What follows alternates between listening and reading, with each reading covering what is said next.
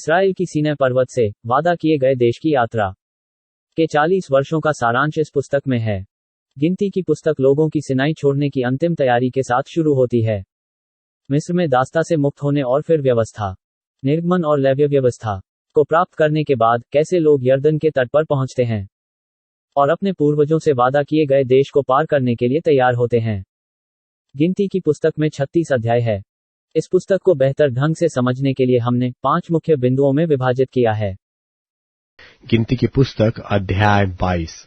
तब इस्राएलियों ने कूच करके यरीहो के पास यरदन नदी के इस पार मोआब के अराबा में डेरे खड़े किए। बिलाम का चरित्र।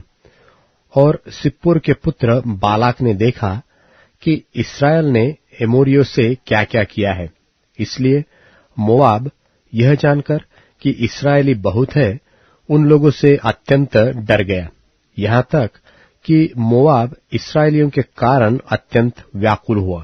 तब मोआबियों ने मिद्यानी पुरनियों से कहा, अब वह दल हमारे चारों ओर के सब लोगों को ऐसा चट कर जाएगा जिस तरह बैल खेत की हरी घास को चट कर जाता है।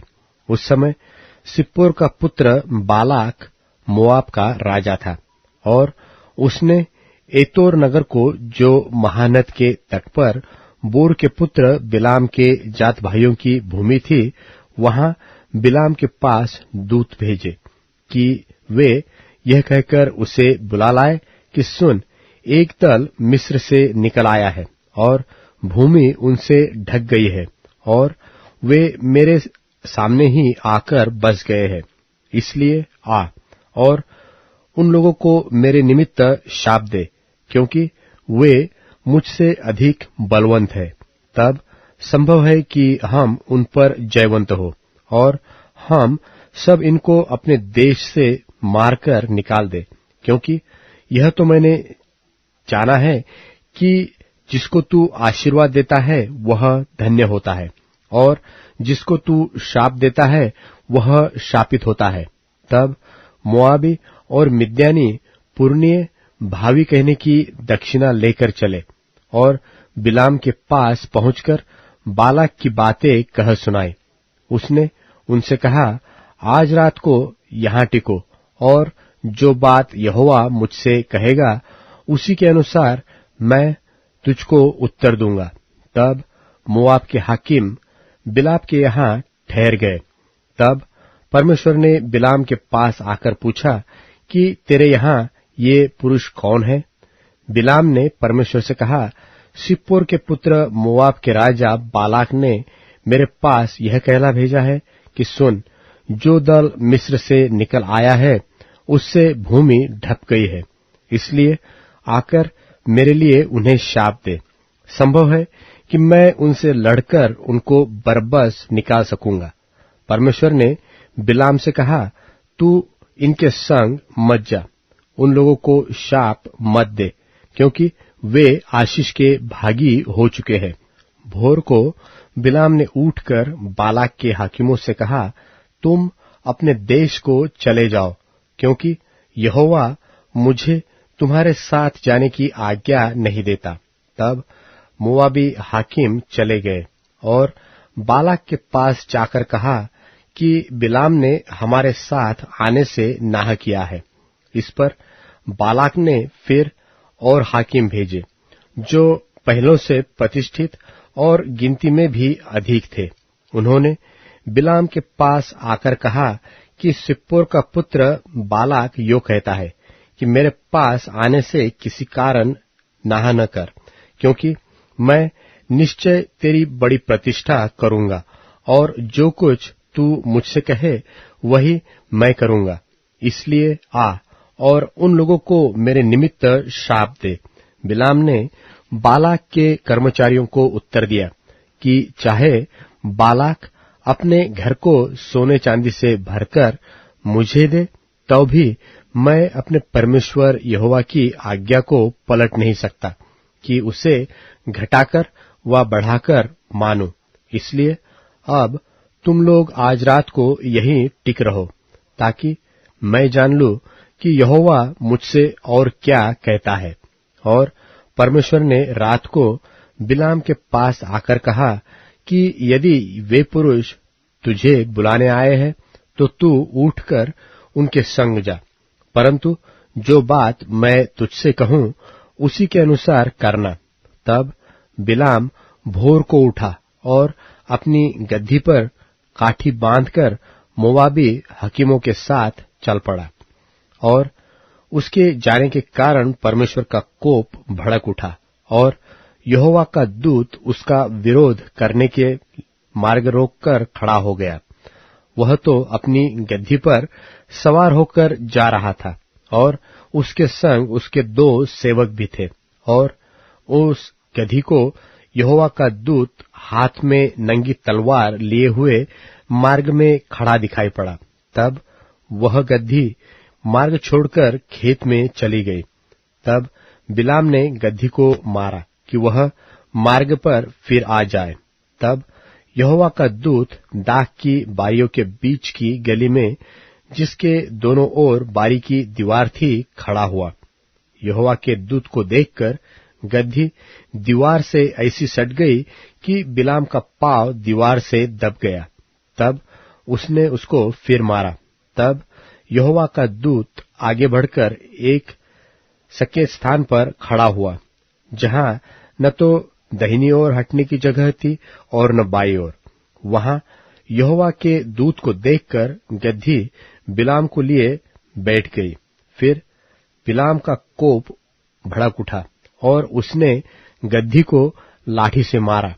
तब यहोवा ने गद्दी का मुंह खोल दिया और वह बिलाम से कहने लगी, मैंने तेरा क्या किया है कि तूने मुझे 3 बार मारा? बिलाम ने गद्दी से कहा, यह कि तूने मुझसे नटखटी की। यदि मेरे हाथ में तलवार होती तो मैं तुझे अभी मार डालता। गद्दी ने बिलाम से कहा, क्या मैं तेरी वही गद्दी नहीं जिस पर तू जन्म से आज तक चढ़ता आया है? क्या मैं तुझसे कभी ऐसा करती थी? वह बोला, नहीं। तब यहोवा ने बिलाम की आंखें खोली और उसको यहोवा का दूत हाथ में नंगी तलवार लिए हुए मार्ग में खड़ा दिखाई पड़ा। तब वह झुक गया और मुंह के बल गिर के दंडवत की। यहोवा के दूत ने उससे कहा, तूने अपने गद्दी को 3 बार क्यों मारा? सुन, तेरा विरोध करने को मैं ही आया हूं, इसलिए कि तू मेरे सामने उल्टी चाल चलता है। और यह गद्दी मुझे देखकर मेरे सामने से 3 बार हट गई। जो वह मेरे सामने से हट न जाती तो निसंदेह मैं अब तक तुझे तो मार ही डालता, परंतु उसको जीवित छोड़ देता। तब बिलाम ने यहोवा के दूत से कहा, मैंने पाप किया है। मैं नहीं जानता था कि तू मेरा सामना करने को मार्ग में खड़ा है। इसलिए अब यदि तुझे बुरा लगता है तो मैं लौट जाता हूं। यहोवा के दूत ने बिलाम से कहा, इन पुरुषों के संग तू चला जा, परंतु केवल वही बात कहना जो मैं तुझसे कहूंगा। तब बिलाम बालाक के हाकिमों के संग चला गया। यह सुनकर कि बिलाम आ रहा है, बालाक उससे भेंट करने के लिए मोआब के उस नगर तक, जो उस देश के अर्नोन वाले सिवाने पर है, गया। बालाक ने बिलाम से कहा, क्या मैंने बड़ी आशा से तुझे नहीं बुलवा भेजा था? फिर तू मेरे पास क्यों नहीं चला आया? क्या मैं इस योग्य नहीं कि सचमुच तेरी उचित प्रतिष्ठा कर सकता? बिलाम ने बालाक से कहा, देख, मैं तेरे पास आया तो हूं, परंतु अब क्या मैं कुछ कह सकता हूं? जो बात परमेश्वर मेरे मुंह में डालेगा वही बात मैं कहूंगा। तब बिलाम बालाक के संग संग चला और वे किर्यथूसोत तक आए, और बालाक ने बैल और भेड़ बकरियों को बलि किया और बिलाम और उसके साथ के हाकिमों के पास भेजा। बिहान को बालाक बिलाम को बालू के ऊंचे स्थानों पर चढ़ा ले गया और वहां से उसको सब इस्राएली लोग दिखाई पड़े। गिनती की पुस्तक अध्याय 23। तब बिलाम ने बालाक से कहा, यहाँ पर मेरे लिए 7 वेदियां बनवा और इसी स्थान पर 7 बछड़े और 7 मेंढे तैयार कर। तब बालाक ने बिलाम के कहने के अनुसार किया, और बालाक और बिलाम ने मिलकर प्रत्येक वेदी पर एक बछड़ा और एक मेंढा चढ़ाया। फिर बिलाम ने बालाक से कहा, तू अपने होमबलि के पास खड़ा रह, और मैं जाता हूं। संभव है कि यहोवा मुझसे भेंट करने को आए, और जो कुछ वह मुझ पर प्रकाश करेगा वही मैं तुझको बताऊंगा। तब वह एक मुंडे पहाड़ पर गया, और परमेश्वर बिलाम से मिला, और बिलाम ने उससे कहा, मैंने 7 वेदियां तैयार की है, और प्रत्येक वेदी पर एक बछड़ा और एक मेंढा चढ़ाया है। यहोवा ने बिलाम के मुंह में एक बात डाली और कहा, बालाक के पास लौट जा और यो कहना। और वह उसके पास लौटकर आ गया, और क्या देखता है कि वह सारे मोआबी हाकिमों समेत अपने होमबलि के पास खड़ा है। तब बिलाम ने अपनी गूढ़ बात आरंभ की और कहने लगा, बालाक ने मुझे आराम से अर्थात मोआब के राजा ने मुझे पूरब के पहाड़ों से बुलवा भेजा। आ, मेरे लिए याकूब को शाप दे, आ, इस्राएल को धमकी दे। परंतु जिन्हें परमेश्वर ने नहीं शाप दिया उन्हें मैं क्यों शाप दूं, और जिन्हें यहोवा ने धमकी नहीं दी उन्हें मैं कैसे धमकी दूं। चट्टानों की चोटी पर से वे मुझे दिखाई पड़ते हैं, पहाड़ियों पर से मैं उनको देखता हूं। वह ऐसी जाति है जो अकेली बसी रहेगी और अन्य जातियों से अलग गिनी जाएगी। याकूब के धूलि के किनके को कौन गिन सकता है? वह इस्राएल की चौथाई की गिनती कौन ले सकता है? सौभाग्य यदि मेरी मृत्यु धर्मियों की सी और मेरा अंत भी उन्हीं के समान हो। तब बालाक ने बिलाम से कहा, तूने मुझसे क्या किया है? मैंने तुझे अपने शत्रुओं को शाप देने को बुलवाया था, परंतु तूने उन्हें आशीष ही आशीष दी है। उसने कहा, जो बात यहोवा ने मुझे सिखलाई, क्या मुझे उसी को सावधानी से बोलना न चाहिए? बालाक ने उससे कहा, मेरे संग दूसरे स्थान पर चल, जहां से वे तुझे दिखाई देंगे। तू उन सबों को तो नहीं, केवल बाहर वालों को देख सकेगा। वहां से उन्हें मेरे लिए शाप दे। तब वह उसको सोपिम नाम मैदान में पिसगा के सिरे पर ले गया, और वहां 7 वेदियां बनवाकर प्रत्येक पर एक बछड़ा और एक मेंढा चढ़ाया। तब बिलाम ने बालाक से कहा, अपने होमबलि के पास यही खड़ा रहे, और मैं उधर जाकर यहोवा से भेंट करूंगा। और यहोवा ने बिलाम से भेंट की, और उसने उसके मुंह में एक बात डाली और कहा कि बालाक के पास लौट जा और यो कहना। और वह उसके पास गया, और क्या देखता है कि वह मोआबी हाकिमों समेत अपने होमबलि के पास खड़ा है।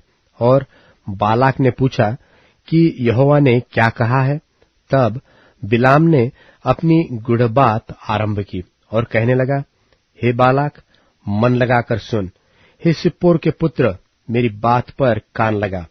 परमेश्वर मनुष्य नहीं कि झूठ बोले, और न वह आदमी है कि अपनी इच्छा बदले।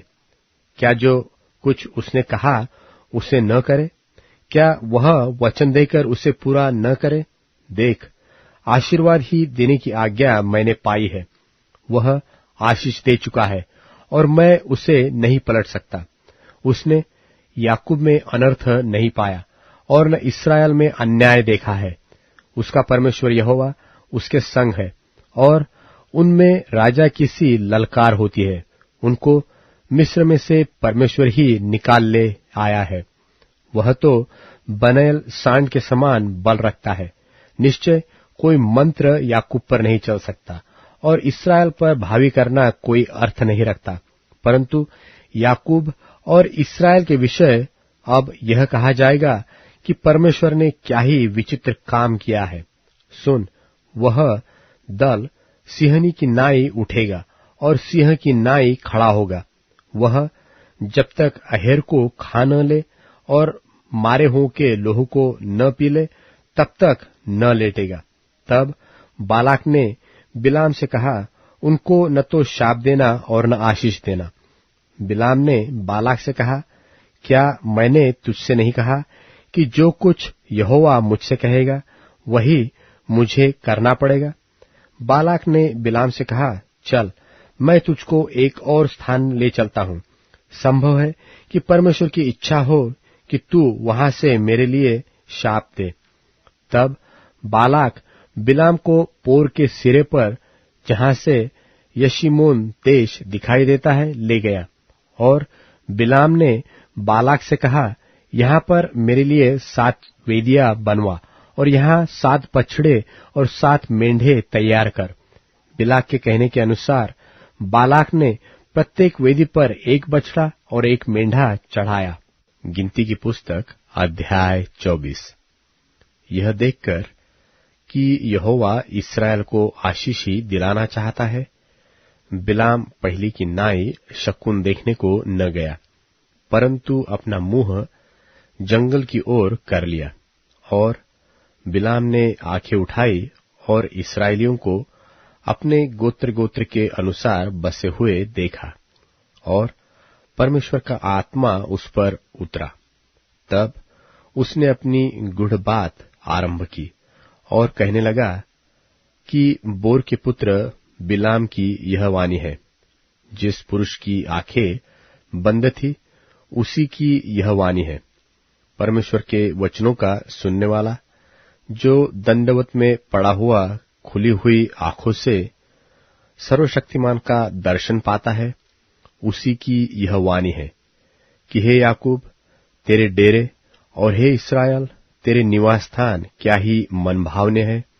वे तो नालों व घाटियों की नाई और नदी के तट की वाटिकाओं के समान ऐसे फैले हुए हैं, जैसे कि यहोवा के लगाए हुए अगर के वृक्ष और जल के निकट के देवदारू, और उसके डोलों से जल उमड़ा करेगा, और उसका बीज बहुतेरे जल भरे खेतों में पड़ेगा, और उसका राजा अगाग से भी महान होगा, और उसका राज्य बढ़ता ही जाएगा। उसको मिस्र में से परमेश्वर ही निकाले लिया आ रहा है। वह तो बनैल सांड के समान बल रखता है। जाति जाति के लोग जो उसके द्रोही है, उनको वह खा जाएगा और उनकी हड्डियों को टुकड़े टुकड़े करेगा और अपने तीरों से उनको बेधेगा। वह दबका बैठा है, वह सिंह व सिंहनी की नाई लेट गया है। अब उसको कौन छेड़े? जो कोई तुझे आशीर्वाद दे सो आशीष पाए, और जो कोई तुझे शाप दे वह श्रापित हो। तब बालाक का कोप बिलाम पर भड़क उठा, और उसने हाथ पर हाथ पटककर बिलाम से कहा, मैंने तुझे अपने शत्रुओं के शाप देने के लिए बुलवाया था, परंतु तूने 3 बार उन्हें आशीर्वाद ही आशीर्वाद दिया है। इसलिए अब तू अपने स्थान पर भाग जा। मैंने तो सोचा था कि तेरी बड़ी प्रतिष्ठा करूंगा, परंतु अब यहोवा ने तुझे प्रतिष्ठा पाने से रोक रखा है। बिलाम ने बालाक से कहा, जो दूत तूने मेरे पास भेजे थे, क्या मैंने उनसे भी न कहा था कि चाहे बालाक अपने घर को सोने चांदी से भरकर मुझे दे, तो भी मैं यहोवा की आज्ञा तोड़कर अपने मन से न तो भला कर सकता हूं और न बुरा। जो कुछ यहोवा कहेगा वही मैं कहूंगा। अब सुन, मैं अपने लोगों के पास लौट कर जाता हूं, परंतु पहले मैं तुझे चिता देता हूं कि अंत के दिनों में वे लोग तेरी प्रजा से क्या क्या करेंगे। फिर वह अपनी गूढ़ बात आरंभ करके कहने लगा कि बोर के पुत्र बिलाम की यह वाणी है। जिस पुरुष की आंखें बंद थी उसी की यह वाणी है। परमेश्वर के वचनों का सुनने वाला और परम प्रधान के ज्ञान का जानने वाला, जो दंडवत में पड़ा हुआ खुली हुई आंखों से सर्वशक्तिमान का दर्शन पाता है, उसी की यह वाणी है कि मैं उसको देखूंगा तो सही, परंतु अभी नहीं। मैं उसको निहारूंगा तो सही, परंतु समीप होके नहीं। याकूब में से एक तारा उदय होगा और इस्राएल में से एक राज दंड उठेगा, जो मोआब की अलंगों को चूर कर देगा और सब दंगा करने वालों को गिरा देगा। तब एदोम और सेईर भी, जो उसके शत्रु है, दोनों उसके वश में पड़ेंगे और इस्राएल वीरता दिखाता जाएगा। और याकूब ही में से एक अधिपति आवेगा जो प्रभुता करेगा और नगर में से बचे हुओं को भी सत्यानाश करेगा। फिर उसने अमालेक पर दृष्टि करके अपनी गूढ़ बात आरंभ की और कहने लगा, अमालेक अन्य जातियों में श्रेष्ठ तो था, परंतु उसका अंत विनाशी है। फिर उसने केनियों पर दृष्टि करके अपनी गूढ़ बात आरंभ की और कहने लगा, तेरा निवास स्थान अति दृढ़ तो है और तेरा बसेरा चट्टानों पर तो है, तो भी केन उजड़ जाएगा और अंत में अश्शूर तुझे बंधुआई में ले आएगा। फिर उसने अपनी गूढ़ बात आरंभ की और कहने लगा, हाय, जब परमेश्वर यह करेगा तब कौन जीवित बचेगा? तो भी कित्तियों के पास से जहाज वाले आकर अश्शूर को और एबेर को भी दुख देंगे और अंत में उसका भी विनाश हो जाएगा। तब बिलाम चल दिया और अपने स्थान पर लौट गया और बालाक ने भी अपना मार्ग लिया। गिनती की पुस्तक अध्याय 25। इस्राएलियों का वेश्यागमन और उसका दंड। इस्राएली शित्तीम में रहते थे और लोग मोआबी लड़कियों के संग कुकर्म करने लगे। और जब उन स्त्रियों ने उन लोगों को अपने देवताओं के यज्ञों में नेवता दिया, तब वे लोग खाकर उनके देवताओं को दंडवत करने लगे। यो इस्राएली बालपोर देवता को पूजने लगे। तब यहोवा का कोप इस्राएल पर भड़क उठा और यहोवा ने मूसा से कहा, प्रजा के सब प्रधानों को पकड़कर यहोवा के लिए धूप में लटका दे, जिससे मेरा भड़का हुआ कोप इस्राएल के ऊपर से दूर हो जाए। तब मूसा ने इस्राएली न्यायियों से कहा, तुम्हारे जो जो आदमी बालपोर के संग मिल गए हैं, उन्हें घात करो। और जब इस्राएलियों की सारी मंडली मिलाप वाले तंबू के द्वार पर रो रही थी, तो एक इस्राएली पुरुष मूसा और सब लोगों की आंखों के सामने एक मिद्यानी स्त्री को अपने साथ अपने भाइयों के पास ले आया। इसे देखकर एलियाजर का पुत्र पिनहास, जो हारून याजक का पोता था, उसने मंडली में से उठकर हाथ में एक बर्ची ली और उस इस्राएली पुरुष के डेरे में जाने के बाद वह भी भीतर गया और उस पुरुष और उस स्त्री दोनों के पेट में बर्छी बेध दी। इस पर इस्राएलियों में जो मरी फैल गई थी वह थम गई और मरी से 24,000 पुरुष मर गए।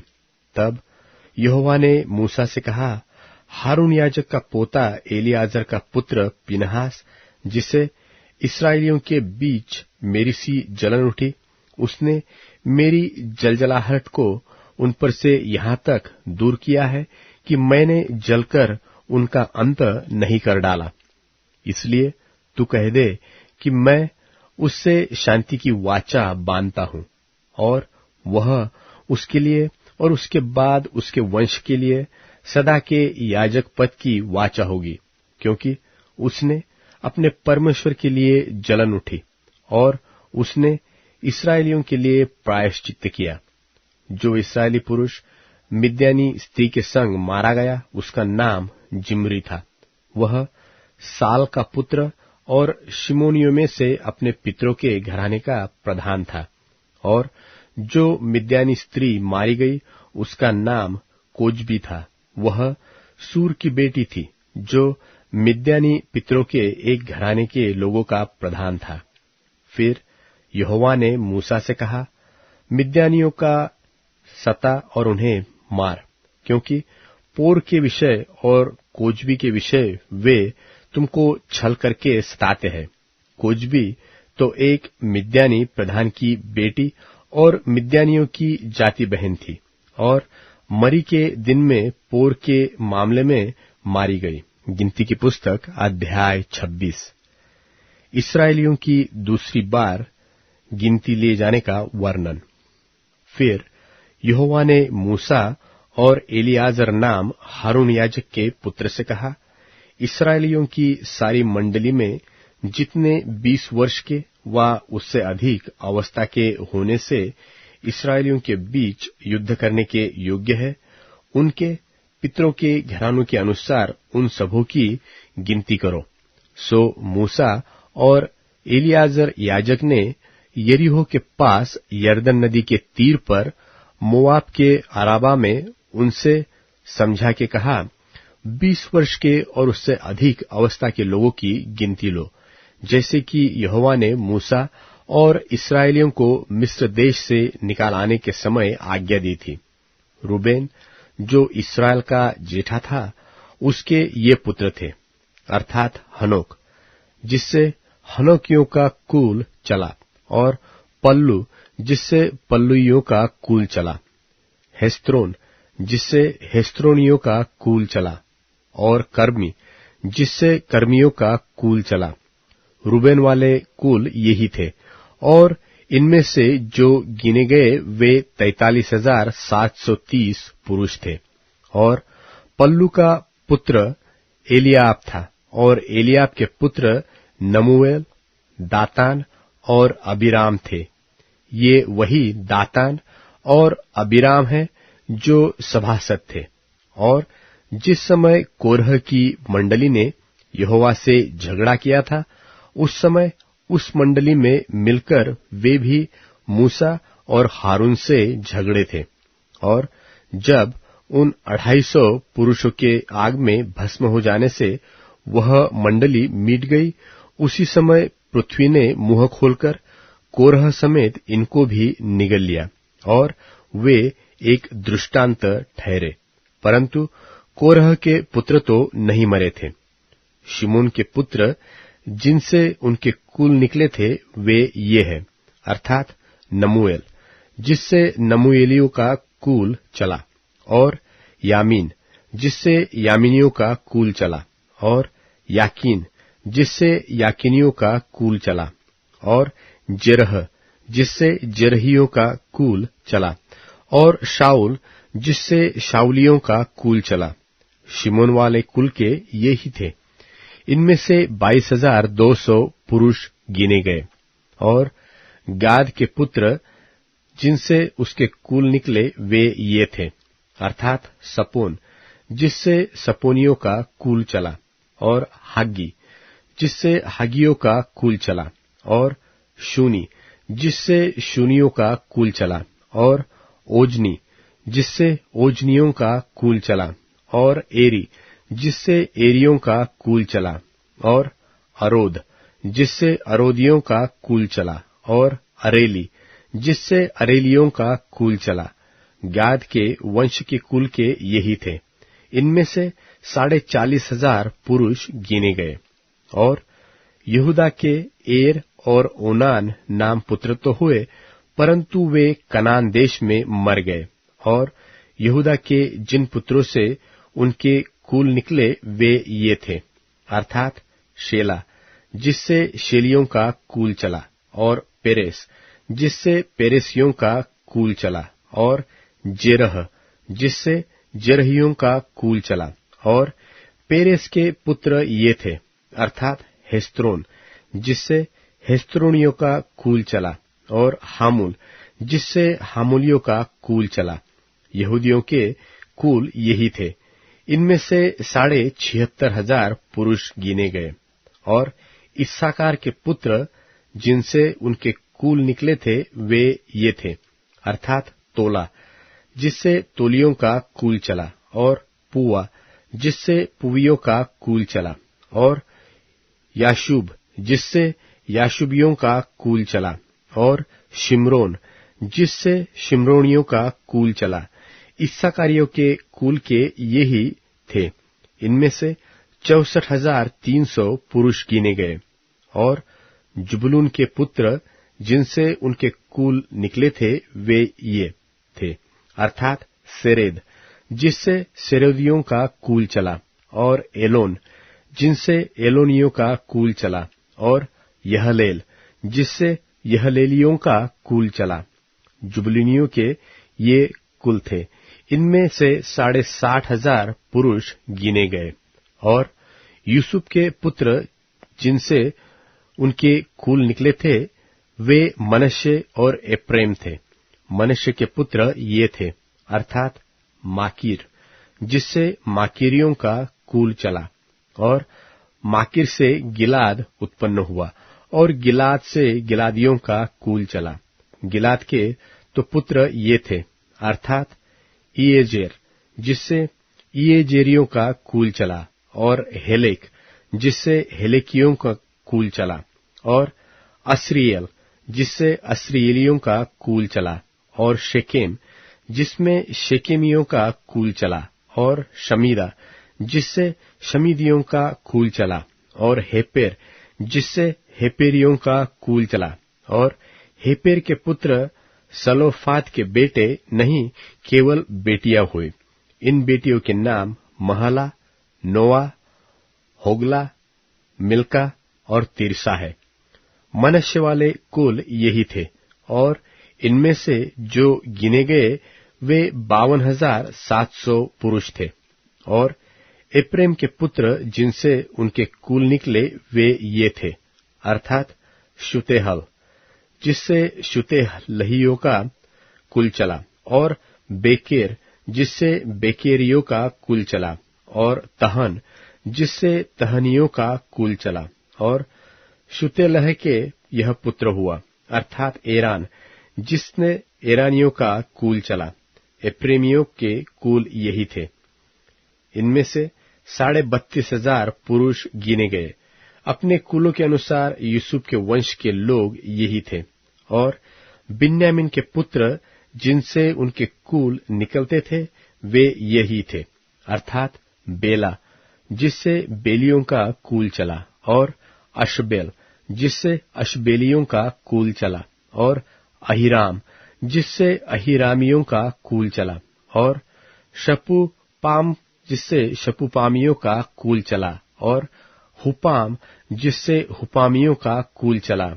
और बेला के पुत्र अर्द और नामान थे, तथा अर्द से तो अर्दियों का कुल, और नामान से नामानियों का कुल चला। अपने कुलों के अनुसार बिन्यामीनी यही थे। और इनमें से जो गिने गए वे 45,600 पुरुष थे। और दान का पुत्र जिससे उसका कुल निकला था, अर्थात शुहाम, जिससे शुहामियों का कुल चला, और दान का कुल यही था। और शुहामियों में से जो गिने गए उनके कुल में 64,400 पुरुष थे।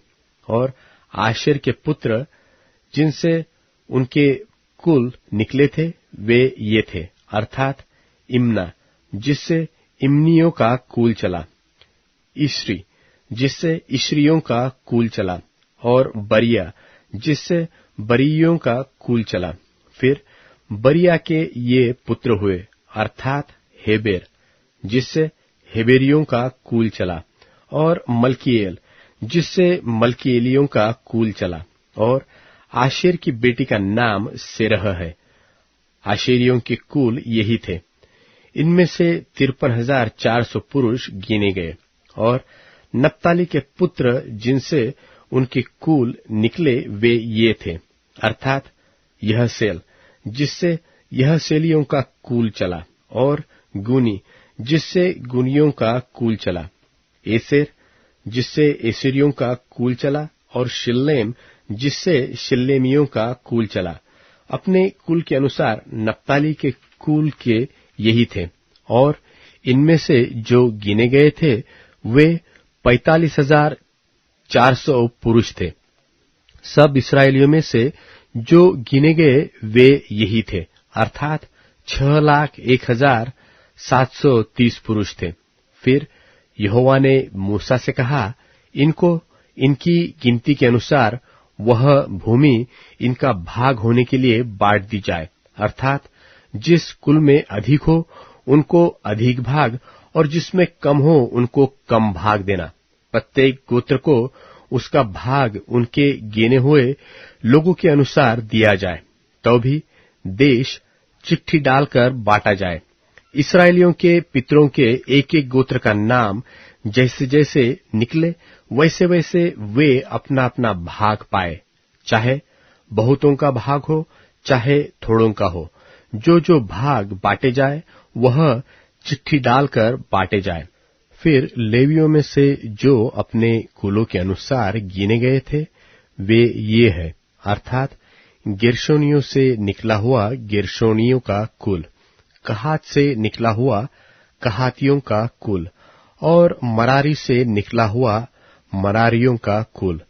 लेवियों के कुल ये है, अर्थात लिब्नियों का, हेब्रानियों का, महलियों का, मूशियों का और कोरहियों का कुल। और कहात से अमराम उत्पन्न हुआ और अमराम की पत्नी का नाम योकेबेद है। वह लेवी के वंश की थी, जो लेवी के वंश में मिस्र देश में उत्पन्न हुई थी। और वह अमराम से हारून, मूसा और उसकी बहन मरियम को जन्म दिया था। और हारून से नादाब, अबीहू, एलियाजर और इतामार उत्पन्न हुए। नादाब और अबीहू तो उस समय मर गए थे जब वे यहोवा के सामने ऊपरी आग ले गए थे। सब लेवियों में से जो गिने गए, अर्थात जितने पुरुष 1 महीने के व उससे भी अधिक अवस्था के थे, वे 23,000 थे। वे इस्राएलियों के बीच इसलिए नहीं गिने गए क्योंकि उनको देश का कोई भाग नहीं दिया गया था। मूसा और एलियाजर याजक, जिन्होंने मोआब के अराबा में यरीहो के पास की यरदन नदी के तट पर इस्राएलियों को गिन लिया, उनके गिने हुए लोग इतने ही थे। परंतु जिन इस्राएलियों को मूसा और हारून याजक ने सीनै के जंगल में गिना था, उनमें से एक भी पुरुष इस समय के गिने हुओं में न था, क्योंकि यहोवा ने उनके विषय कहा था कि वे निश्चय जंगल में मर जाएंगे। इसलिए यपुन्ने के पुत्र कालेब और नून के पुत्र यहोशू को छोड़ उनमें से एक भी पुरुष नहीं बचा। गिनती की पुस्तक अध्याय 27। सलोफाद की बेटियों की बिनती। तब यूसुफ के पुत्र मनश्शे के वंश के कुलों में से सलोफाद, जो हेपेर का पुत्र और गिलाद का पोता और मनश्शे के पुत्र माकीर का परपोता था, उसकी बेटियां जिनके नाम महला, नोआ, होगला, मिल्का और तिरसा है, वे पास आई।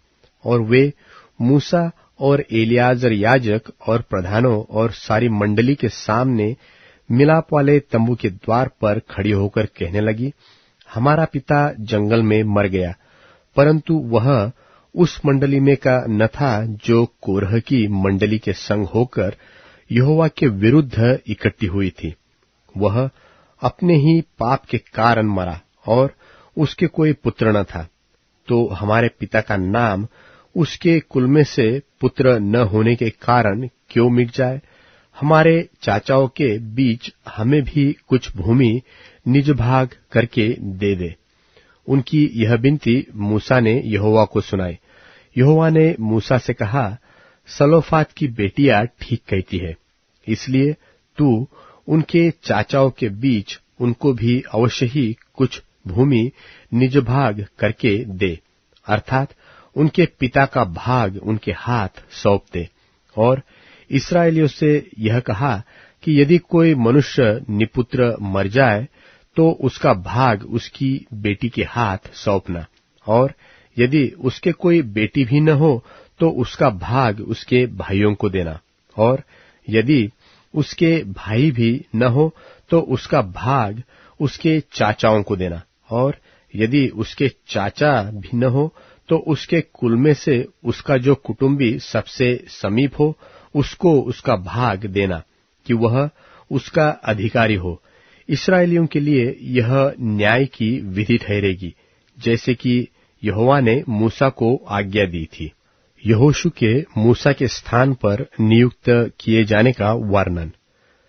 फिर यहोवा ने मूसा से कहा, इस अबारीम नाम पर्वत के ऊपर चढ़ के उस देश को देख ले जिसे मैंने इस्राएलियों को दिया है, और जब तू उसको देख लेगा तब अपने भाई हारून की नाई तू भी अपने लोगों में जा मिलेगा, क्योंकि सीन नाम जंगल में तुम दोनों ने मंडली के भड़कने के समय मेरी आज्ञा को तोड़कर मुझसे बलवा किया और मुझे सोते के पास उनकी दृष्टि में पवित्र नहीं ठहराया।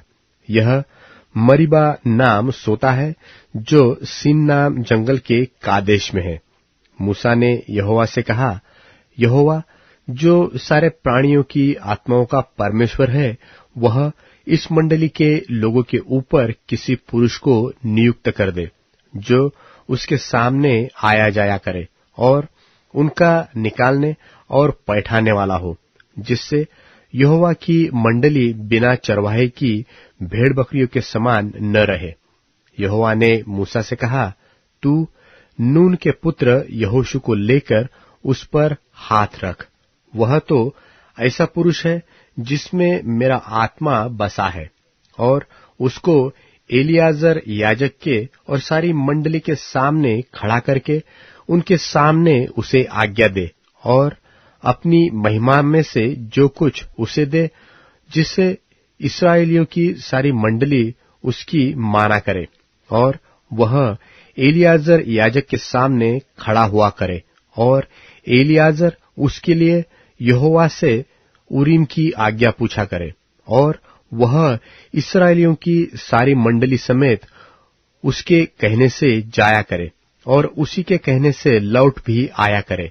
यहोवा की इस आज्ञा के अनुसार मूसा ने यहोशू को लेकर एलियाजर याजक और सारी मंडली के सामने खड़ा करके उस पर हाथ रखे और उसको आज्ञा दी, जैसे कि यहोवा ने मूसा के द्वारा कहा था। गिनती की पुस्तक अध्याय 28। नियत समयों के विशेष बलिदान। फिर यहोवा ने मूसा से कहा, इस्राएलियों को यह आज्ञा सुना कि मेरा चढ़ावा अर्थात मुझे सुखदायक सुगंध देने वाला मेरा हव्य रूपी भोजन तुम लोग मेरे लिए उनके नियत समयों पर चढ़ाने के लिए स्मरण रखना, और तू उनसे कह कि जो तुम्हें यहोवा के लिए चढ़ाना होगा वे ये है, अर्थात नित्य होमबलि के लिए एक वर्ष के 2 निर्दोष भेड़ी के बच्चे प्रतिदिन चढ़ाया करे। एक बच्चे को भोर को और दूसरे को गोधूली के समय चढ़ाना, और भेड़ के बच्चे के पीछे 1/4 हीनकूट के निकाले हुए तेल से सने हुए एपा के 10वें अंश मैदे का बलिदान चढ़ाना। यह नित्य होमबलि है जो सिनै पर्वत पर यहोवा का सुखदायक सुगंध वाला हव्य होने के लिए ठहराया गया, और उसका अर्घ प्रति एक भेड़ के बच्चे के संग 1/4 हीन हो। मदिरा का यह अर्घ यहोवा के लिए पवित्र स्थान में देना, और दूसरे बच्चे को गोधूली के समय चढ़ाना। अन्नबलि और अर्घ समेत भोर के होमबलि की नाई उसे यहोवा को सुगंधदायक सुगंध देने वाला हव्य करके चढ़ाना। फिर विश्राम दिन को 2 निर्दोष भेड़ के 1 साल के नर बच्चे और अन्नबलि के लिए तेल से सना हुआ एपा का 2/10वां अंश मैदा अर्घ समेत चढ़ाना। नित्य होमबलि और उसके अर्घ के अलावा प्रत्येक विश्राम दिन का यही होमबलि ठहरा है। फिर अपने महीने के आरंभ में प्रतिमास यहोवा के लिए होमबलि चढ़ाना, अर्थात 2 बछड़े, 1 मेंढा और 1-1 वर्ष के निर्दोष भेड़ के 7 बच्चे, और बछड़े पीछे तेल से सना हुआ एपा का 3/10वां अंश मैदा, और उस एक मेंढे के साथ तेल से सना हुआ एपा का 2/10वां अंश मैदा, और प्रत्येक भेड़ के बच्चे के पीछे तेल से सना हुआ एपा का 10वां अंश मैदा, उन सबों को अन्नबलि करके चढ़ाना।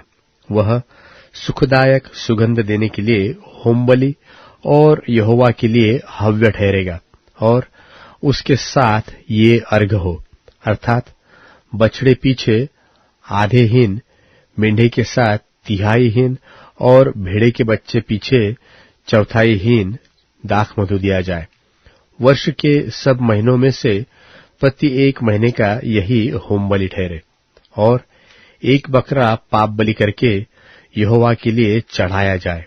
यह नित्य होमबलि और उसके अर्घ के अलावा चढ़ाया जाए।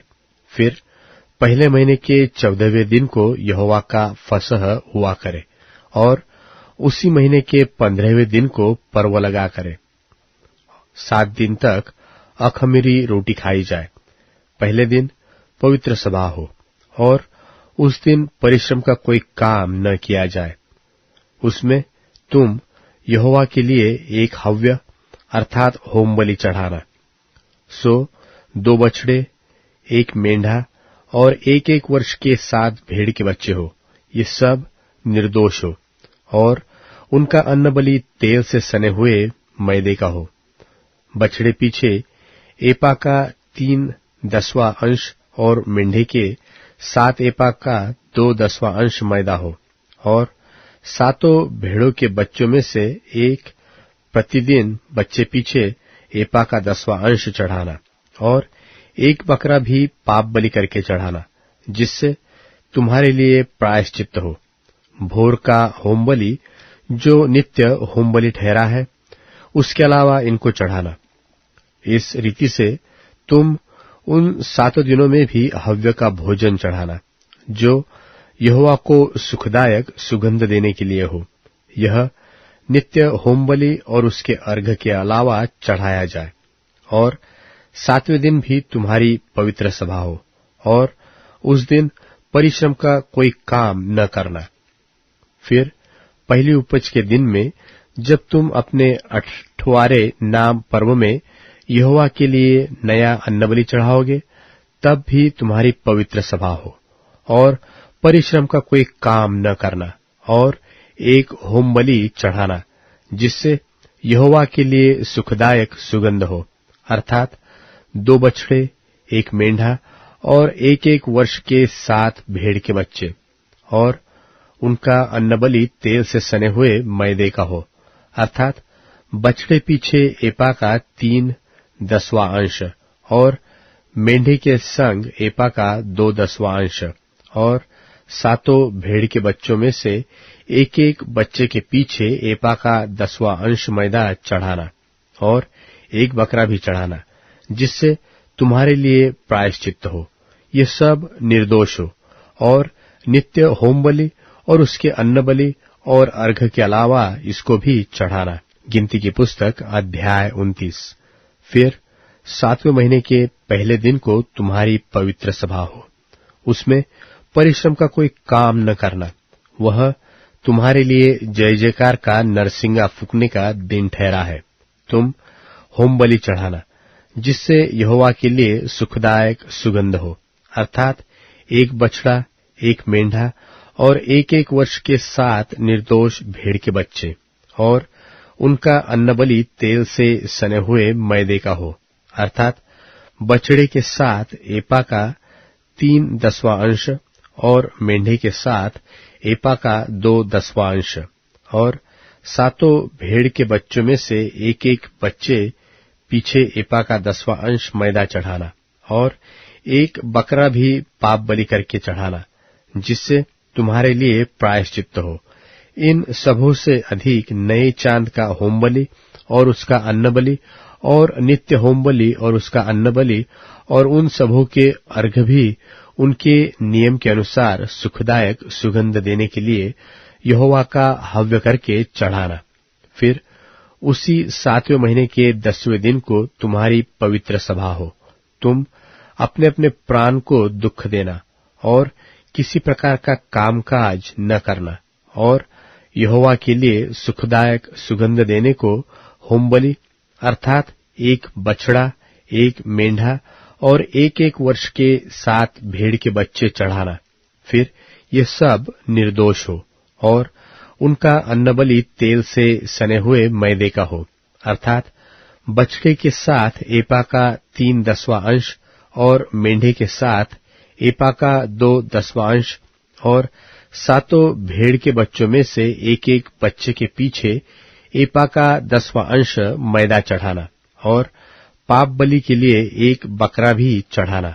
ये सब प्रायश्चित के पाप बलि और नित्य होम बलि और उसके अन्न बलि के और उन सबों के अर्घों के अलावा चढ़ाया जाए।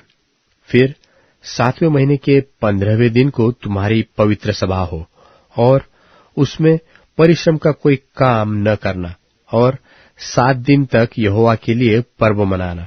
तुम होमबलि यहोवा को सुखदायक सुगंध देने के लिए हव्य करके चढ़ाना, अर्थात 13 बछड़े और 2 मेंढे और एक वर्ष के 14 भेड़ के बच्चे, ये सब निर्दोष हो, और उनका अन्नबलि तेल से सने हुए मैदे का हो, अर्थात 13 बछड़ों में से एक बछड़े के पीछे एपा का 3/10वां अंश, और दोनों मेंढों में से एक मेंढे के पीछे एपा का 2/10वां अंश, और 14 भेड़ के बच्चों में से एक बच्चे के पीछे एपा का 10वां अंश मैदा चढ़ाना, और पाप बलि के लिए एक बकरा चढ़ाना।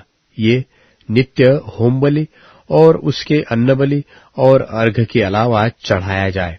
फिर दूसरे दिन 12 बछड़े और 2 मेंढे और एक वर्ष के 14 निर्दोष भेड़ के बच्चे चढ़ाना, और बछड़ों और मेंढों और भेड़ के बच्चों के साथ उनके अन्न बलि और अर्घ उनकी गिनती के अनुसार और नियम के अनुसार चढ़ाना, और पाप बलि के लिए एक बकरा भी चढ़ाना। ये नित्य होम बलि और उसके अन्न बलि और अर्घ के अलावा चढ़ाया जाए। फिर तीसरे दिन 11 बछड़े और 2 मेंढे और एक वर्ष के 14 निर्दोष भेड़ के बच्चे चढ़ाना, और बछड़ों और मेंढों और भेड़ के बच्चों के साथ उनके अन्न बलि और अर्घ उनकी गिनती के अनुसार और नियम के अनुसार चढ़ाना, और पाप बलि के लिए एक बकरा भी चढ़ाना। ये नित्य होम बलि और उसके अन्न बलि और अर्घ के अलावा चढ़ाया जाए। और फिर चौथे दिन 10 बछड़े और 2 मेंढे और एक वर्ष के 14 निर्दोष भेड़ के बच्चे चढ़ाना। बछड़ों और मेंढों और भेड़ के बच्चों के साथ उनके अन्न बलि और अर्घ उनकी गिनती के अनुसार और नियम के अनुसार चढ़ाना, और पाप बलि के लिए एक बकरा भी चढ़ाना। ये नित्य होम बलि और उसके अन्न बलि और अर्घ के अलावा चढ़ाए जाए। फिर 5वें दिन 9 बछड़े, 2 मेंढे और एक वर्ष के 14 निर्दोष भेड़ के बच्चे चढ़ाना, और बछड़ों, मेंढों और भेड़ के बच्चों के साथ उनके अन्न बलि और अर्घ उनकी गिनती के अनुसार और नियम के अनुसार चढ़ाना, और पाप बलि के लिए एक बकरा भी चढ़ाना। ये नित्य होम बलि और उसके अन्न बलि और अर्घ के अलावा चढ़ाए जाए। फिर 6वें दिन 8 बछड़े और 2 मेंढे और एक वर्ष के 14 निर्दोष भेड़ के बच्चे चढ़ाना, और बछड़ों और मेंढों और भेड़ के बच्चों के साथ उनके अन्न बलि और अर्घ उनकी गिनती के अनुसार और नियम के अनुसार चढ़ाना, और पाप बलि के लिए एक बकरा भी चढ़ाना। ये नित्य होम बलि और उसके अन्न बलि और अर्घ के अलावा चढ़ाए जाए। फिर 7वें दिन 7 बछड़े और 2 मेंढे और एक वर्ष के 14 निर्दोष भेड़ के बच्चे चढ़ाना, और बछड़ों और मेंढों और भेड़ के बच्चों के साथ उनके अन्न बलि और अर्घ उनकी गिनती के अनुसार और नियम के अनुसार चढ़ाना, और पाप बलि के लिए एक बकरा भी चढ़ाना। ये नित्य होम बलि और उसके अन्न बलि और अर्घ के अलावा चढ़ाए जाए। फिर 8वें दिन तुम्हारी एक महासभा हो, उसमें परिश्रम का कोई काम न करना, और उसमें होम बलि यहोवा को सुखदायक सुगंध देने के लिए हव्य करके चढ़ाना। वह एक बछड़े और एक मेंढे और एक वर्ष के 7 निर्दोष भेड़ के बच्चे का हो।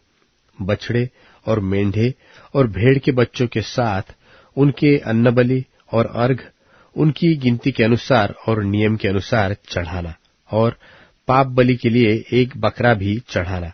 ये नित्य होम बलि और उसके अन्न बलि और अर्घ के अलावा चढ़ाए जाए। अपनी मन्नतों और स्वेच्छा बलियों के अलावा अपने अपने नियत समयों में ये ही होम बलि, अन्न बलि, अर्घ और मेल बलि यहोवा के लिए चढ़ाना।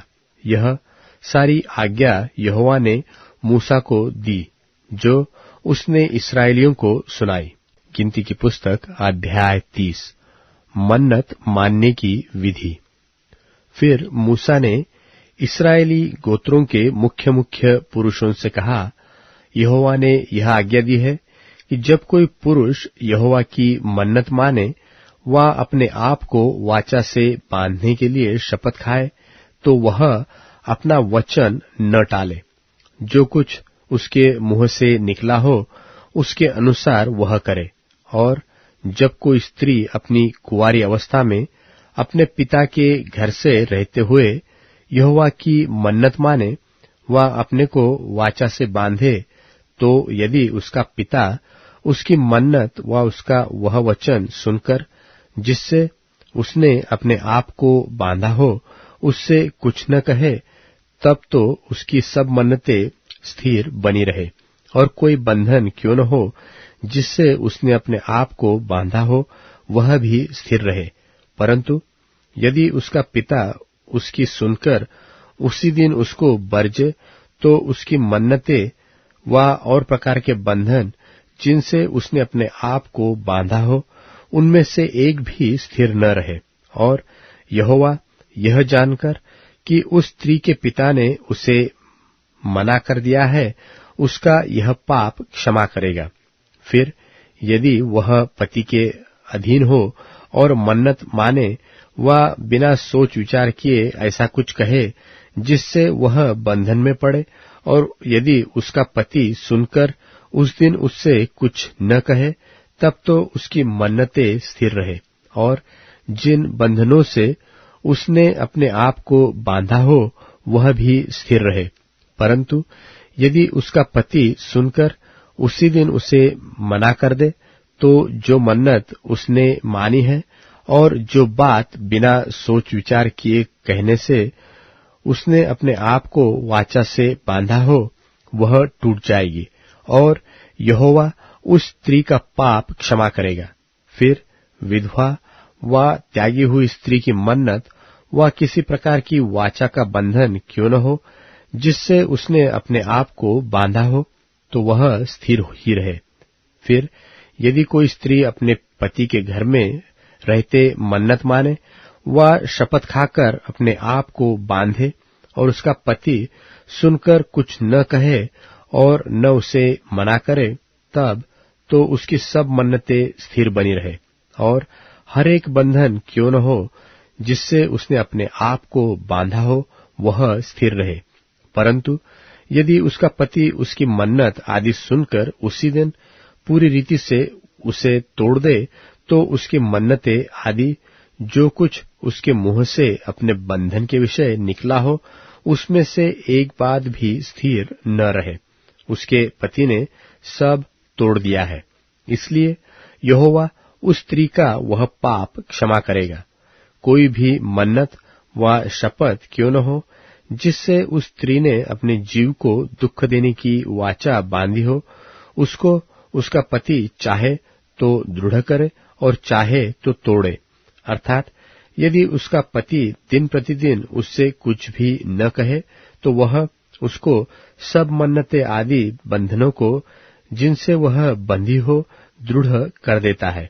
उसने उनको दृढ़ किया है, क्योंकि सुनने के दिन उसने कुछ नहीं किया। और यदि वह उन्हें सुनकर पीछे तोड़ दे तो अपनी स्त्री के अधर्म का भार वही उठाएगा।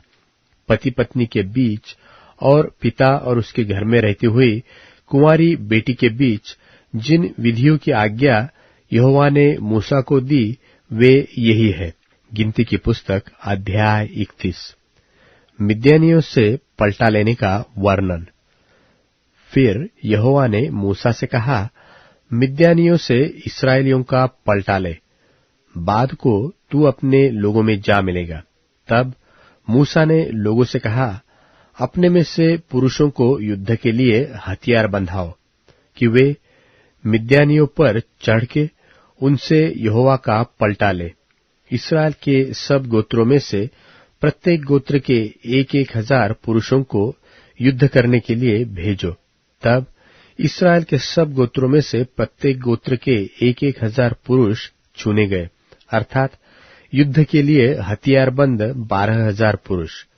प्रत्येक गोत्र में से उन 1,000 पुरुषों को और एलियाजर याजक के पुत्र पिनहास को मूसा ने युद्ध करने के लिए भेजा, और उसके हाथ में पवित्र स्थान के पात्र और वे तुरहिया थी जो सास बांध बांध कर फूकी जाती थी।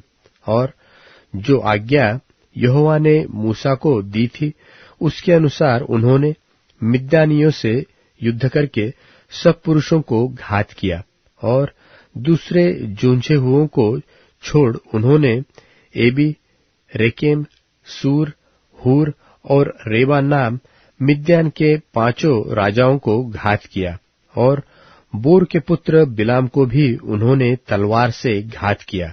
और इस्राएलियों ने मिद्यानी स्त्रियों को बाल बच्चों समेत बंधुआई में कर लिया, और उनके गाय बैल, भेड़ बकरी और उनकी सारी संपत्ति को लूट लिया, और उनके निवास के सब नगरों और सब छावनियों को फूंक दिया।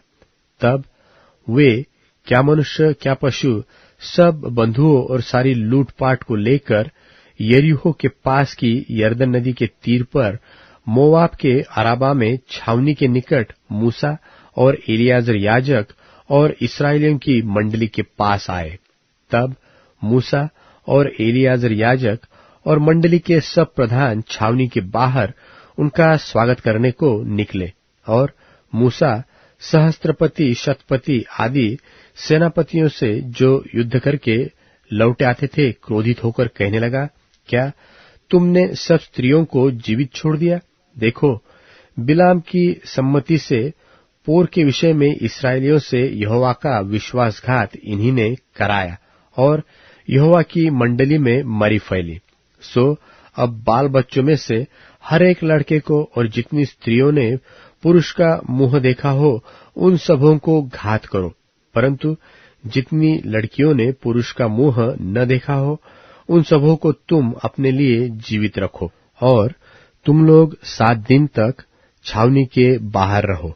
और तुम में से जितनों ने किसी प्राणी को घात किया और जितनों ने किसी मरे हुए को छुआ हो, वे सब अपने अपने बंधुओं समेत 3 और 7वें दिनों में अपने अपने को पाप छुड़ाकर पावन करे, और सब वस्त्रों और चमड़े की बनी हुई सब वस्तुओं और बकरी के बालों की और लकड़ी की बनी हुई सब वस्तुओं को पावन कर लो। तब एलियाजर याजक ने सेना के उन पुरुषों से जो युद्ध करने गए थे कहा, व्यवस्था की जिस विधि की आज्ञा यहोवा ने मूसा को दी है वह यह है कि सोना चांदी, पीतल, लोहा, रांगा, सीसा जो कुछ आग में ठहर सके उसको आग में डालो, तब वह शुद्ध ठहरेगा। तो भी वह अशुद्धता से छुड़ाने वाले जल के द्वारा पावन किया जाए, परंतु जो कुछ आग में न ठहर सके उसे जल में डुबाओ, और 7वें दिन अपने वस्त्रों को धोना, तब तुम शुद्ध ठहरोगे, और तब छावनी में आना। फिर यहोवा ने मूसा से कहा, एलियाजर याजक और मंडली के पितरों के घरानों के मुख्य मुख्य पुरुषों को साथ लेकर तू लूट के मनुष्यों और पशुओं की गिनती कर। तब उनको आधा आधा करके एक भाग उन सिपाहियों को जो युद्ध करने को गए थे और दूसरा भाग मंडली को दे। फिर जो सिपाही युद्ध करने को गए थे उनके आधे में से यहोवा के लिए क्या मनुष्य, क्या बैल, क्या गाय, क्या गधे, क्या भेड़ बकरियां 500 के पीछे एक को कर मानकर ले और यहोवा की भेंट करके एलियाजर याजक को दे दे। फिर इस्राएलियों के आधे में से क्या मनुष्य, क्या गाय बैल, क्या गधे, क्या भेड़ बकरियां, क्या किसी प्रकार का पशु हो 50 के पीछे एक लेकर यहोवा के निवास की रखवाली करने वाले लेवियों को दे दे। यहोवा की इस आज्ञा के अनुसार जो उसने मूसा को दी, मूसा और एलियाजर याजक ने किया।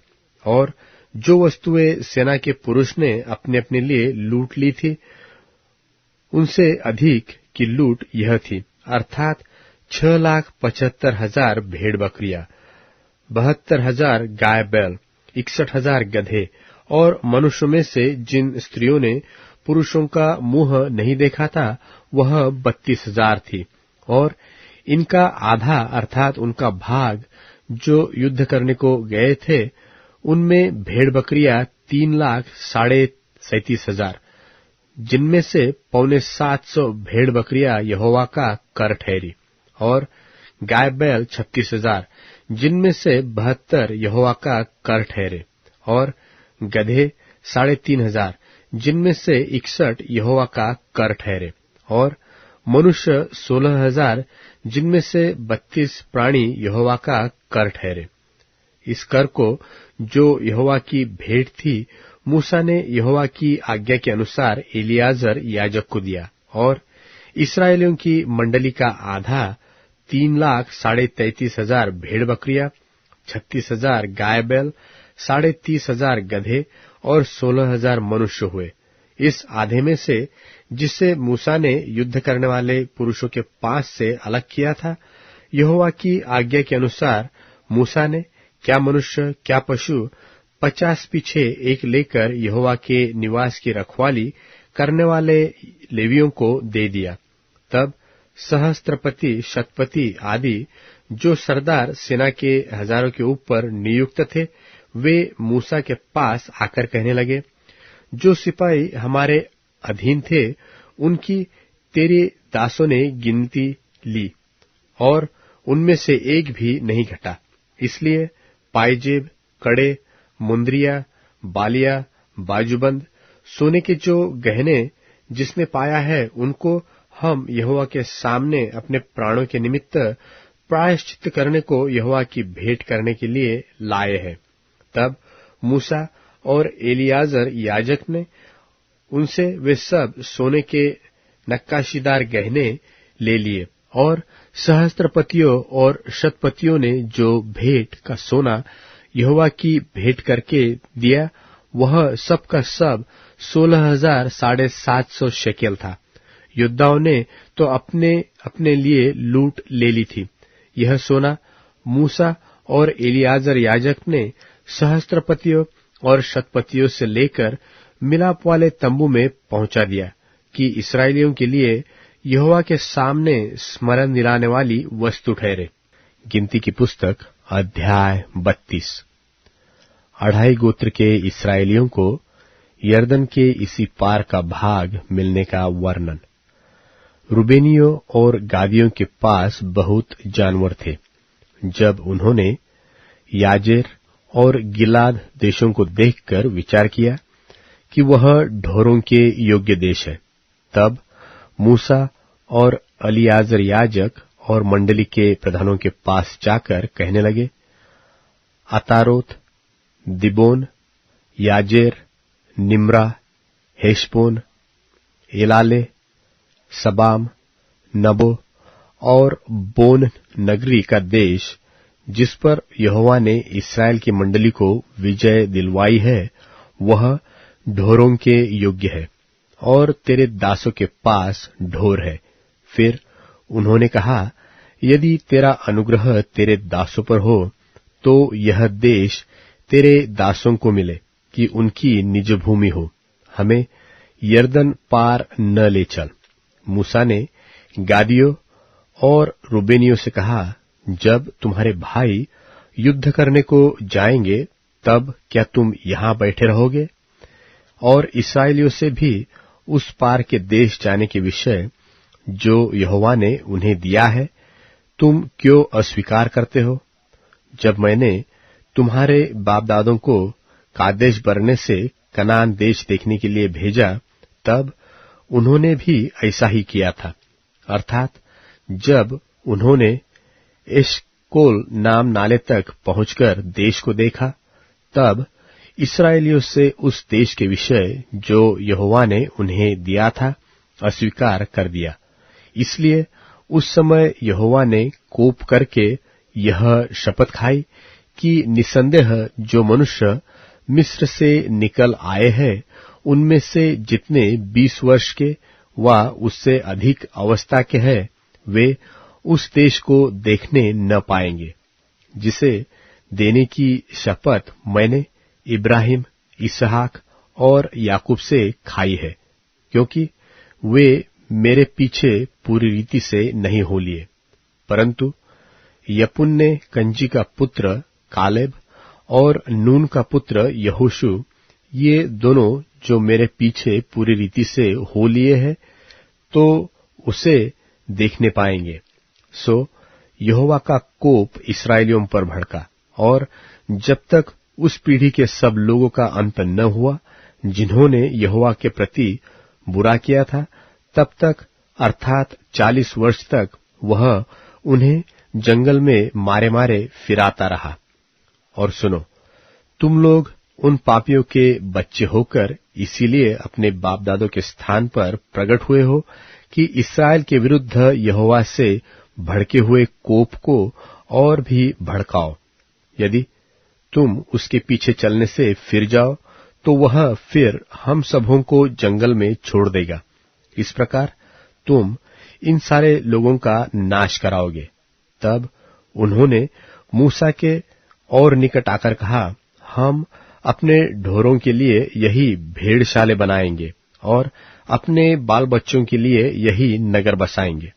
परंतु आप इस्राएलियों के आगे आगे हथियार बंद तब तक चलेंगे जब तक उनको उनके स्थान में न पहुंचा दे।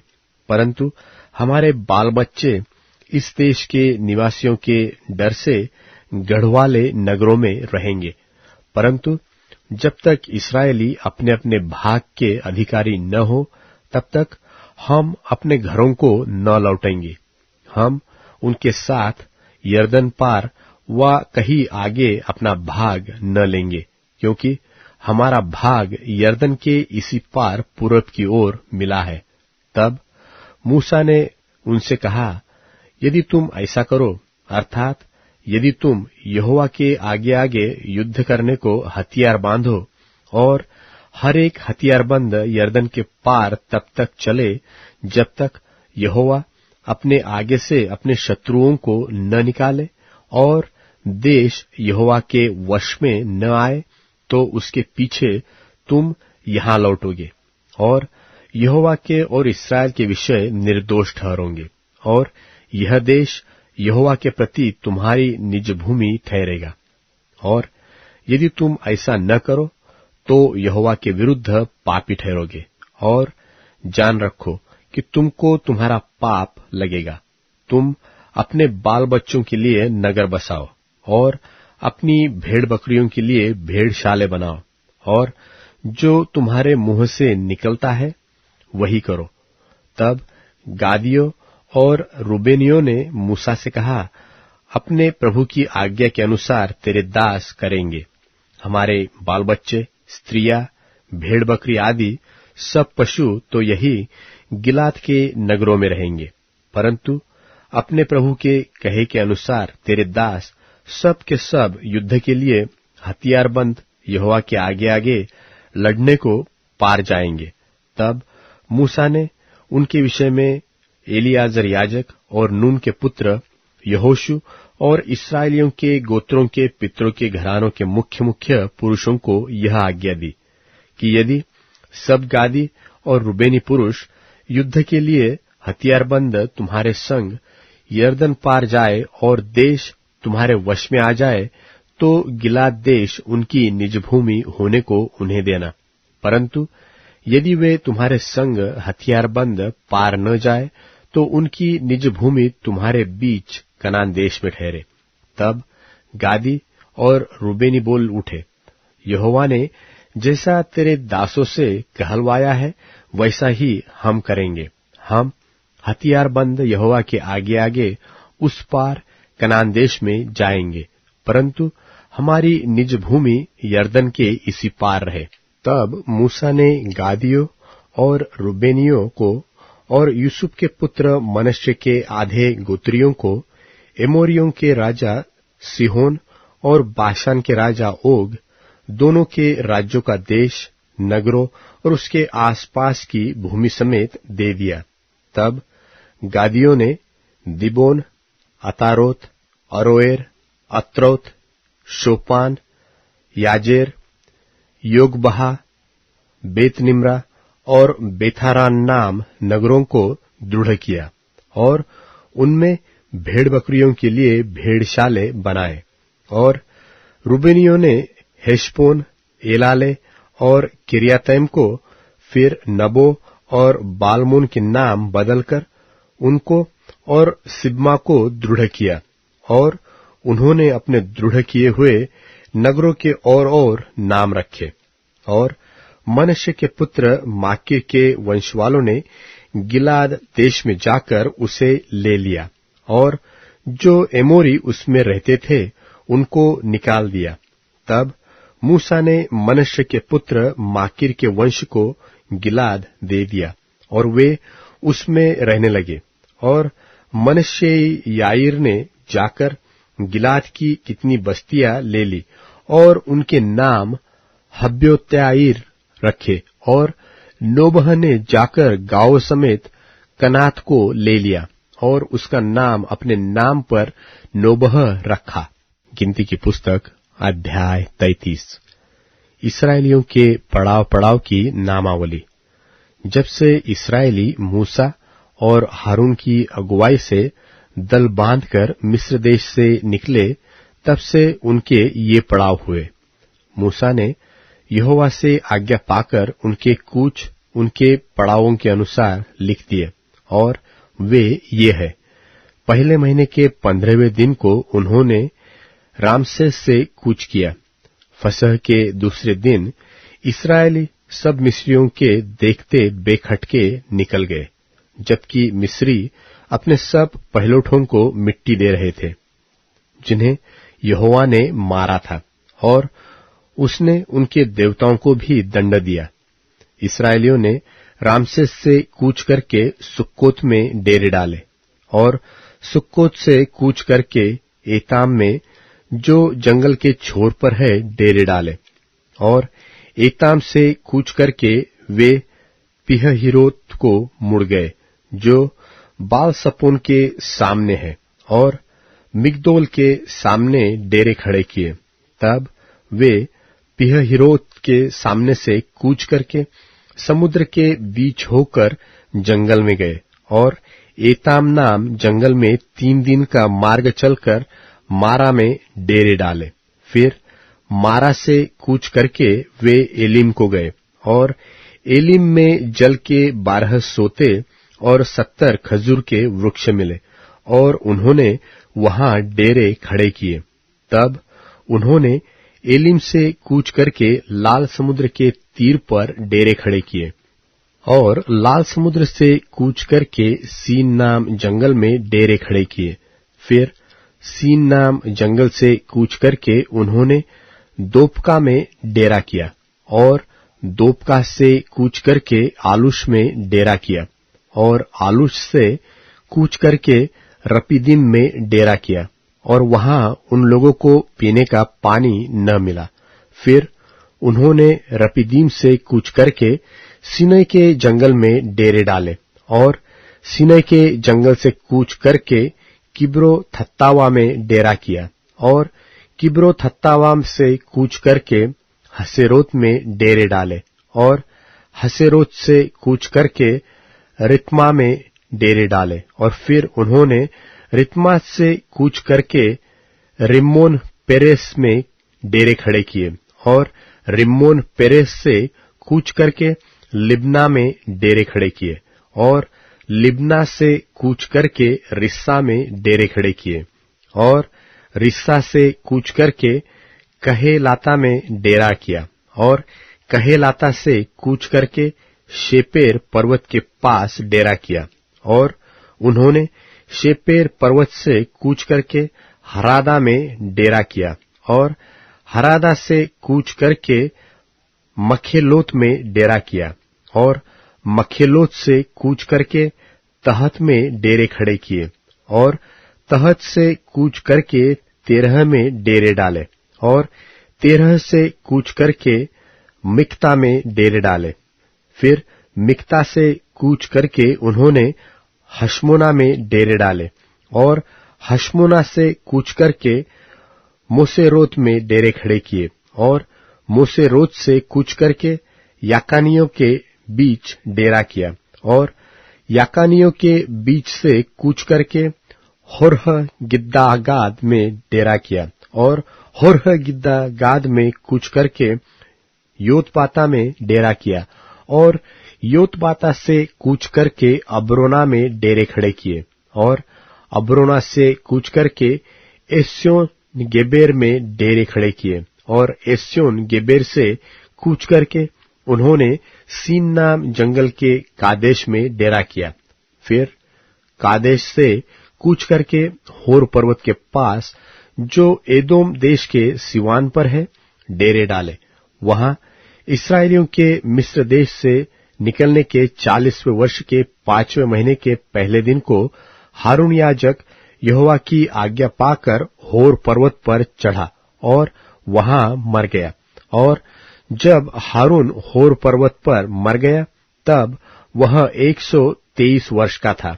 और अरात का कनानी राजा जो कनान देश के दक्षिण भाग में रहता था, उसने इस्राएलियों के आने का समाचार पाया। तब इस्राएलियों ने होर पर्वत से कूच करके सलमोना में डेरे डाले और सलमोना से कूच करके पुनोन में डेरे डाले और पुनोन से कूच करके ओबोस में डेरे डाले और ओबोस से कूच करके अबारिम नाम डीहों में जो मोआब के सिवान पर है डेरे डाले। तब उन डीहों से कूच करके उन्होंने दिबोन गाद में डेरा किया और दिबोन गाद से कूच करके अल्मोन दिब लातैम में डेरा किया और अल्मोन दिब लातैम में से कूच करके उन्होंने अबारिम नाम पहाड़ों में नबो के सामने डेरा किया। फिर अबारिम पहाड़ों से कूच करके मोआब के अराबा में यरीहो के पास यरदन नदी के तट पर डेरा किया और वे मोआब के अराबा में व्यत्य शिमोत से लेकर आबेल शित्तीम तक यरदन के तीर तीर डेरे डाले। फिर मोआब के अराबा में यरीहो के पास की यरदन नदी के तट पर यहोवा ने मूसा से कहा, इस्राएलियों को समझाकर कह, जब तुम यरदन पार होकर कनान देश में पहुंचो तब उस देश के निवासियों को उनके देश से निकाल देना और उनके सब नक्काशे पत्थरों और ढली हुई मूर्तियों को नाश कर देना और उनके सब पूजा के ऊंचे स्थानों को ढा देना और उस देश को अपने अधिकार में लेकर उसमें निवास करना, क्योंकि मैंने वह देश तुम्ही को दिया है कि तुम उसके अधिकारी हो। और तुम उस देश को चिट्ठी डालकर अपने कुलों के अनुसार बांट लेना, अर्थात जो कुल अधिक वाले हैं उन्हें अधिक और जो थोड़े वाले हैं उनको थोड़ा भाग देना। जिस कुल की चिट्ठी जिस स्थान के लिए निकले वही उसका भाग ठहरे। अपने पितरों के गोत्रों के अनुसार अपना अपना भाग लेना।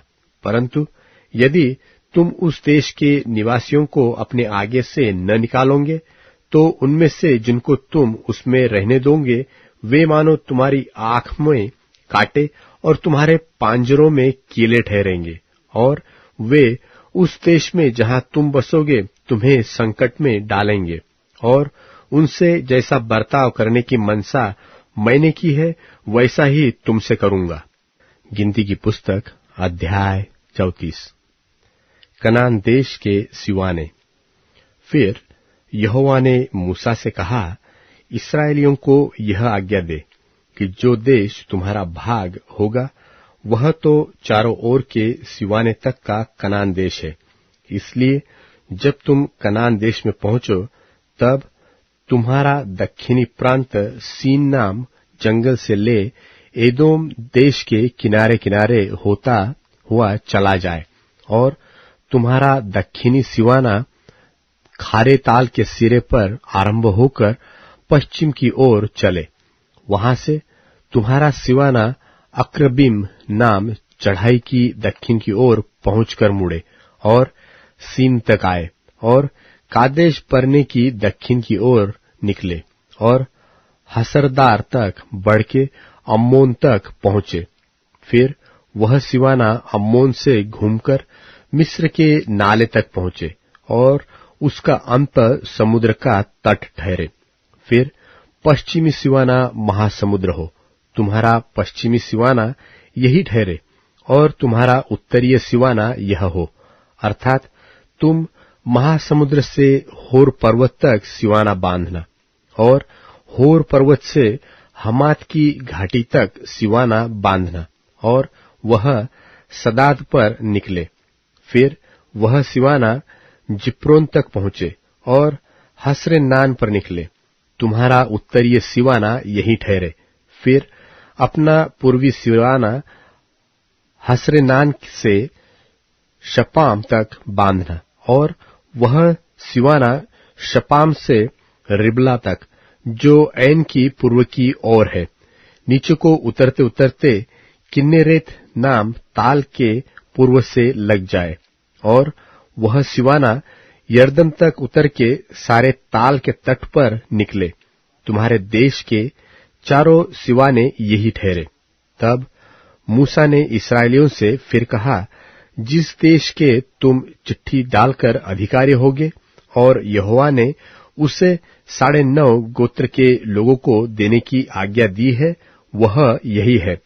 परंतु रूबेनियों और गादियों के गोत्र तो अपने अपने पितरों के कुलों के अनुसार अपना अपना भाग पा चुके हैं, और मनश्शे के आधे गोत्र के लोग भी अपना भाग पा चुके हैं, अर्थात उन 2.5 गोत्रों के लिए लोग यरीहो के पास ही यरदन के पार पूर्व दिशा में जहां सूर्योदय होता है अपना अपना भाग पा चुके हैं।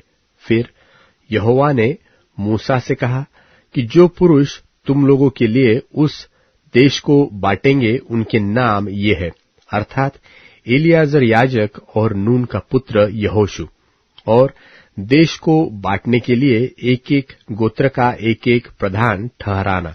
और इन पुरुषों के नाम ये है, अर्थात यहूदा गोत्री यपुन्ने का पुत्र कालेब, शिमोन गोत्री अम्मीहूद का पुत्र शमूएल, बिन्यामीनी गोत्री किसलोन का पुत्र एलीदाद, दानियों के गोत्र का प्रधान योगली का पुत्र बुक्की, यूसुफियों में से मनश्शेइयों के गोत्र का प्रधान एपोत का पुत्र हनिएल, और एप्रेमियों के गोत्र का प्रधान शिप्तान का पुत्र कमुएल, जुबलूनियों के गोत्र का प्रधान परनाक का पुत्र एलिसापान, इस्साकारियों के गोत्रों का प्रधान अज्जान का पुत्र पलतीएल, और आशीरियों के गोत्र का प्रधान शलोमी का पुत्र अहीहूद, और नप्तालियों के गोत्र का प्रधान अम्मीहूद का पुत्र पदहेल।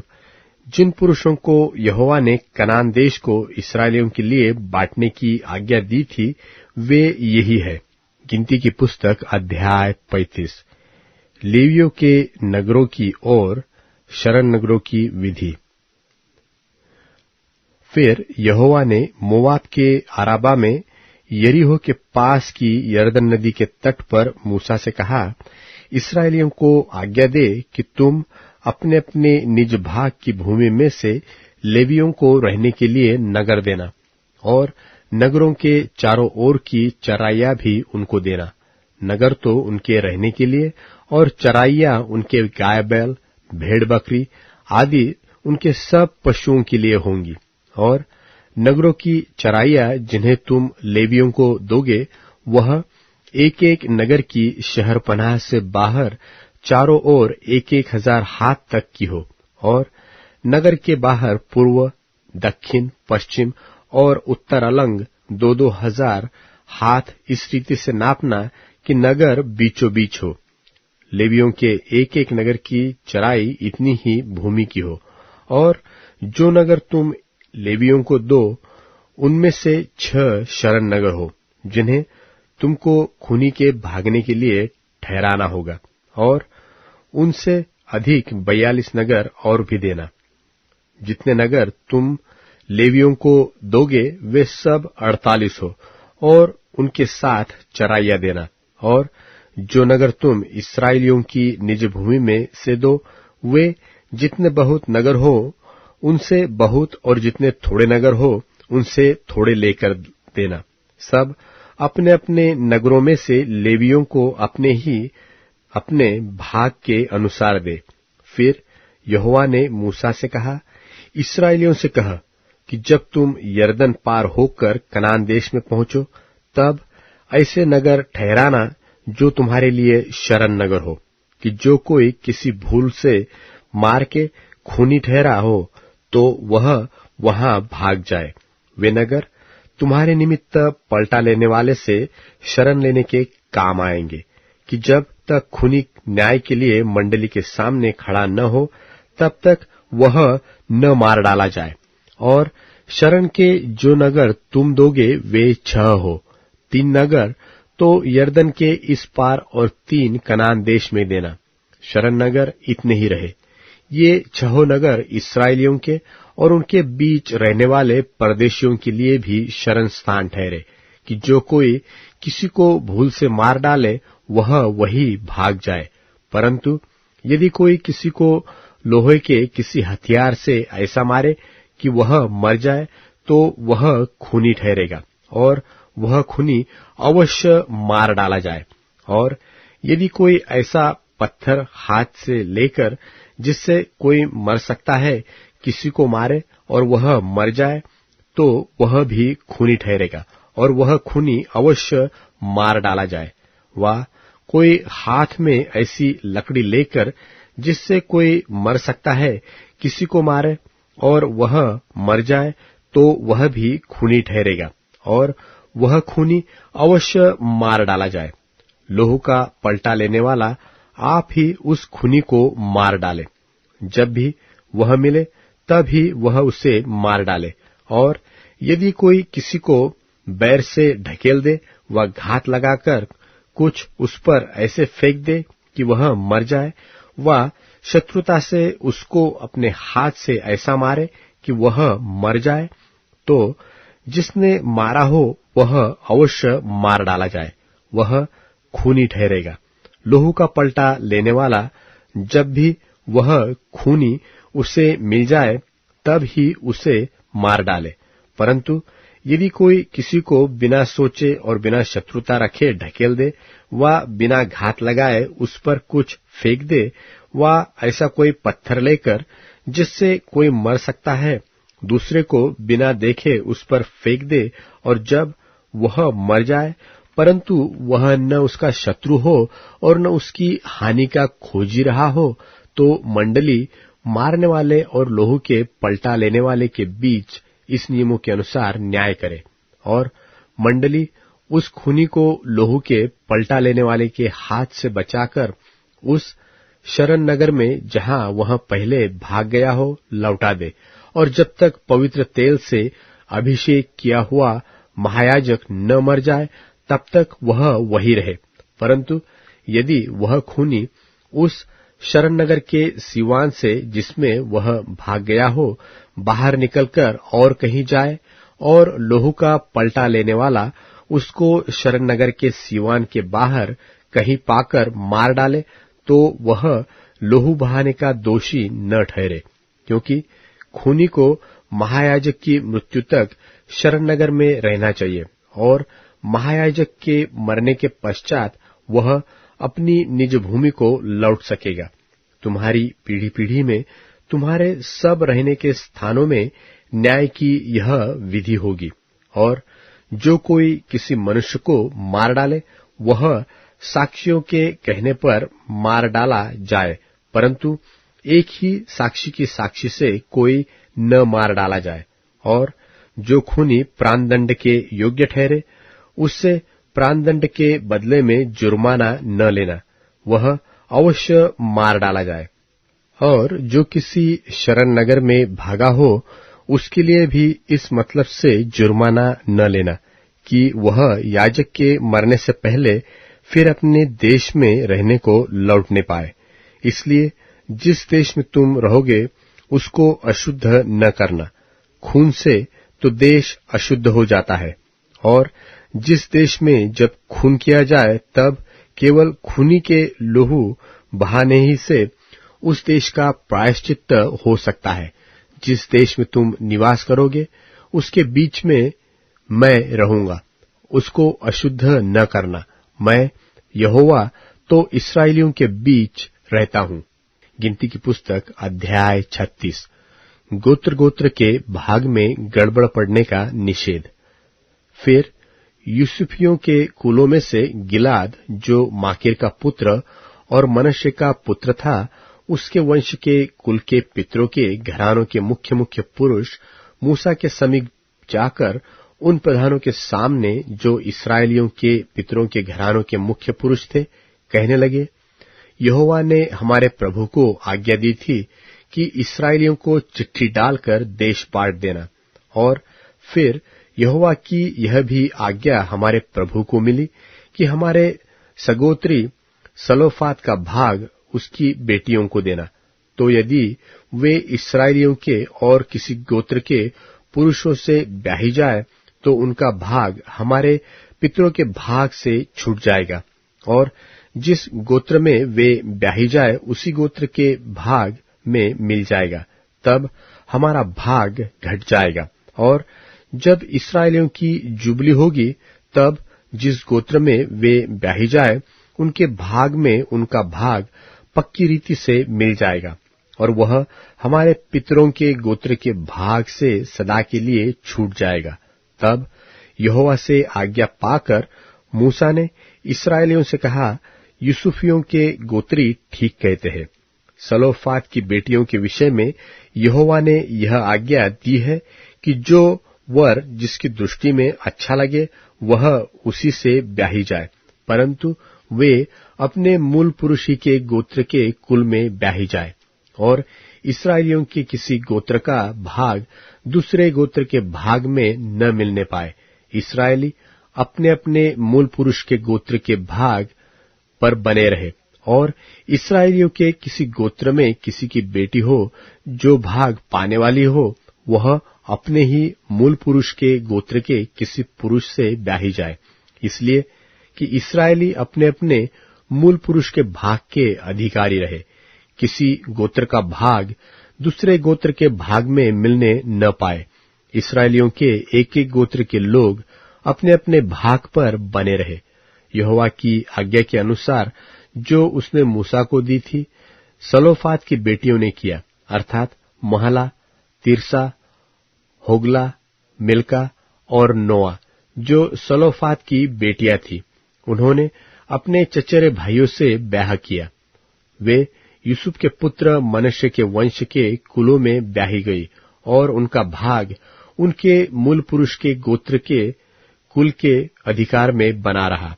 जो आज्ञाएं और नियम यहोवा ने मोआब के अराबा में यरीहो के पास की यरदन नदी के तीर पर मूसा के द्वारा इस्राएलियों को दिए, वे यही है।